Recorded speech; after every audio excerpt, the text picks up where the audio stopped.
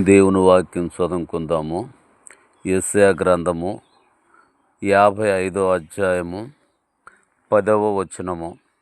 వర్షమును హిమమును ఆకాశము నుండి వచ్చి అక్కడికి ఎలాగూ మరలక భూమిని తడిపి విత్తువానికి విత్తనమును భుజించువానికి ఆహారమును కలుగుటకై అది చిగురించి వర్ధిల్లునట్లు చేయునో, అలాగే నా నోటి నుండి వచ్చు వచనములను ఉండును.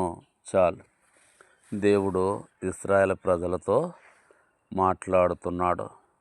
దేవుని మాటల్లో ఉన్న ఆశీర్వాదము, దేవుని మాటల్లో ఉన్నటువంటి దీవెన, దేవుని మాటల్లో ఉన్నటువంటి మేలు ఎలాంటిదో మాట్లాడుతున్నాడు.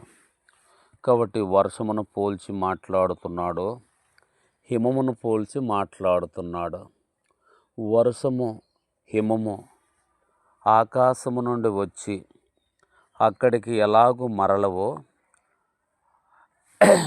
అది భుజించువానికి ఆహారమును అనుగ్రహించుట కొరకై భూమిని తడిపి విత్తనమును చిగురింపచేసి భుజించువానికి ఆహారం ఎలాగిస్తుందో అలాగే నా మాటలు కూడా ఉంటాయి అని దేవుడు చెప్తున్నాడు.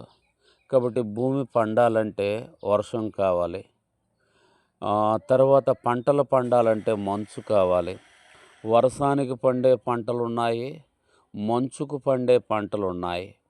కాబట్టి వర్షానికి పండే పంటలు మనిషికి ఆహారంగా ఉంటాయి, హిమముతో పండే పంటలు మనిషికి ఆహారంగా ఉంటాయి. రెండు పంటలు మనకు ఆహారమే.